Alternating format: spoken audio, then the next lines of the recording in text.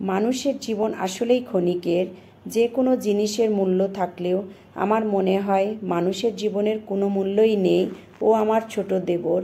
আমার হাজবেন্ডরা 8 ভাই বোন। এই দেবর সবারই ছোট। আসলে কথায় আছে, আসার সিরিয়াল আছে কিন্তু যাওয়ার কোনো সিরিয়াল নেই। গতকাল সকাল 9:30টায় ও হার্ট অ্যাটাক করে মারা যায়। আমরা ছিলাম হিলিতে। শুনে তাড়াহুড়া করে রওনা হয়ে যাই। আত্মীয় স্বজন সবাই চলে আসে, কিন্তু আমার দেবরকে শ্মশানে নিয়ে যেতে বেশ দেরি হয়ে যায়। গতকাল বগুড়াতে অনেক বৃষ্টি হচ্ছিল। ওকে সন্ধ্যা 6টার দিকে শ্মশানে নিয়ে যাওয়া হয়, আর ওর দাহ কাজ শেষ হয় রাত 11টায়। তারপর সবাই ফিরে আসে। শ্মশানে অনেক ভিড় ছিল। আমার দেবর প্রাইভেট পড়াতো। ম্যাথ আর ইংলিশে অনেক ভালো ছিল, সেজন্য ওর অনেক স্টুডেন্ট ছিল।